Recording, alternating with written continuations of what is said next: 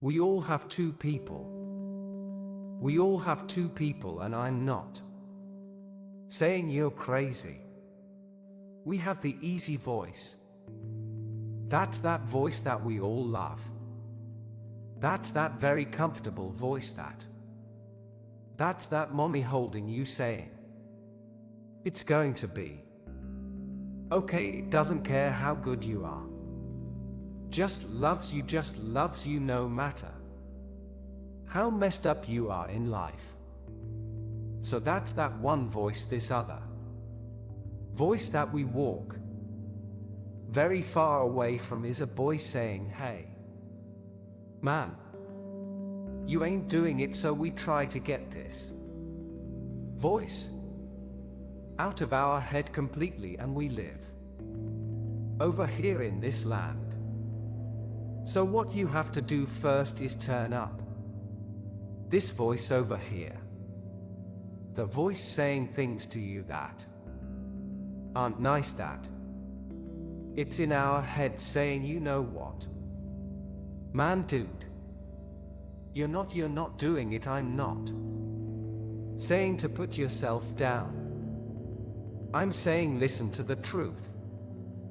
And the truth isn't in the 20, the truth is in this other part of your brain saying, look man, you're wasting a bunch of percentage here.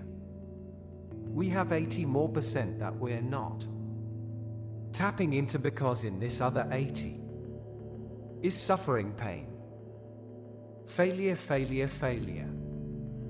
self-doubt, darkness, and then a whole bunch of light. But to get to this light, you gotta go through all of this.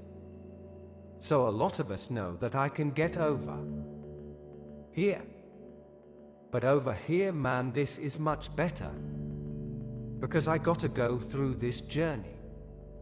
That is not fun. This from 20 to 100%, this in between is not fun. So we decided to live over here. So everybody goes, how do you do that? You know exactly how to do that, you know exactly. It's not a magic trick. There's nothing I talk about that's a magic trick. It's all back down to a very primitive mindset of we just have to do. It's like breathing becomes normal, like we don't know that we're doing. That's how you have to live your life. When that alarm clock goes off at 4 or 5 in the morning, your mind says no, you just say, this is what we do. It's what we do now, because to get to where you want to go, the amount of pain involved, I'm not saying physical. I'm not saying you gotta break yourself off. The amount of mental pain of how many times you're gonna have to do something that you don't want to do to get to where you want to go. When I was 297 pounds and I was fat as hell trying to be a Navy SEAL, the scariest thing in the world to me, even to this day, was that could have been the rest of my life. I thought then I was trying hard. That's the scariest thing in the world. I thought then 297 pound, working for Eco Lab, spraying for cockroaches, making $1,000 a month. I thought that was me at my 100 potential, coming to find out a few years later I wasn't anywhere near that 106 pounds less. Graduate Navy, still training. We're going to do all these other things. Looking back on that was me trying hard. That's why people gotta understand what is in us. We have no idea until we start trying. hard. And I mean really trying hard when you're obsessed with, hey, this is my new norm is that wow. This isn't always fun, it's not always meant to be fun. And that's when you know you're trying hard is that, and so people listening to us that maybe are at 20 or 30 you know about. Yeah, I'm going hard, I'm going max. And yet they are not seeing the results. Like, how do they actually shape themselves out of that? We're all in a battle with our own brains. That's all life is. It's the most proper thing in the world. Is your own brain. It could work for you or against you. And as opposed to focusing on all those bad things that happened, all the things you didn't have, the people that called you names, all the stuff you're doing again, and you started thinking, wait a second, I just visualized this, and now I can take it to the next level. Next level, because the visualization got you through it did. And I was able to visualize the end.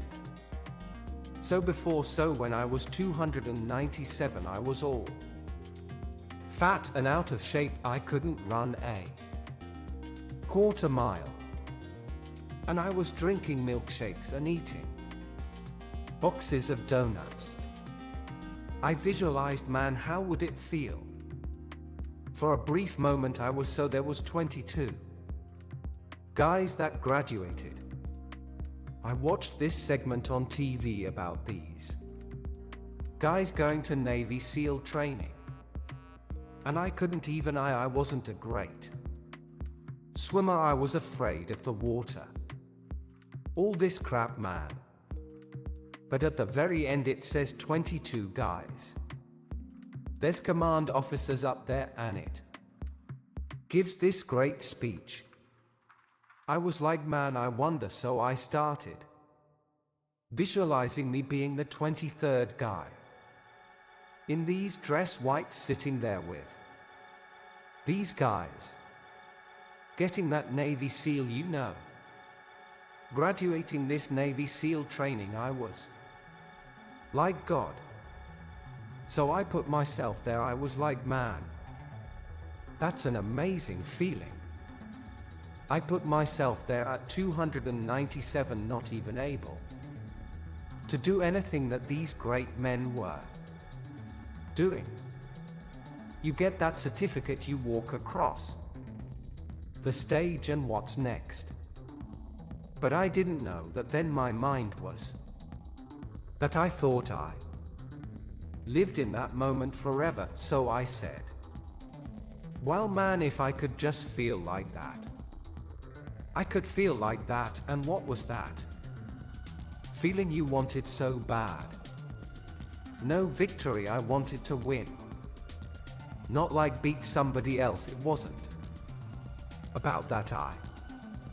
I just wanted to go the distance. Everything in my life, when something got hard, I quit. If it was reading, that's why I wasn't great at reading. I wasn't great at writing, so I just quit. I couldn't catch on as fast as you. I didn't work harder than you. So I quit. I wasn't great at things, so I quit. I'm not good at this. Like, man, if I could just go that distance, that extra mile, to just go, just to finish. I want to finish. I want to feel victory, and victory for me wasn't winning, it was just finishing. So I said, what if I could feel like these guys feel? It would change my life. But what I realized, the best feeling I had was when I was by myself, trying to lose this weight I had to lose. it in. Literally less than 3 months, 106 pounds less than 3 months. And literally I started feeling victory. Just by putting myself in the battle. It wasn't about going to Navy SEAL training, it wasn't about being the 23rd guy in that chair.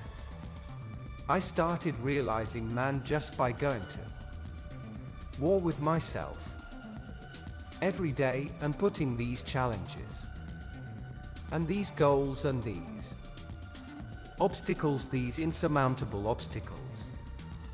So it went about losing 106 pounds. Me losing 5 pounds was an accomplishment. Me losing 10 pounds and then 50 pounds, and the more I gained confidence, and then the more I gained confidence, the more I realized these guys can't do what I'm doing right.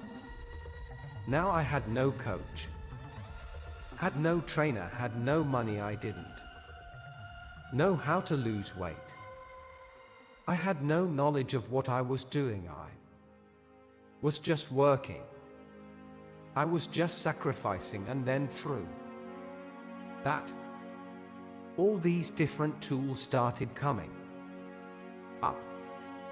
But I would have never found these tools if I didn't put myself in a very uncomfortable place. We all look for toughness, we all want it, but we look for it in a comfortable environment. You will not find toughness in a comfortable environment. Those of you who are listening to this, whoever hear this, you will not find it. You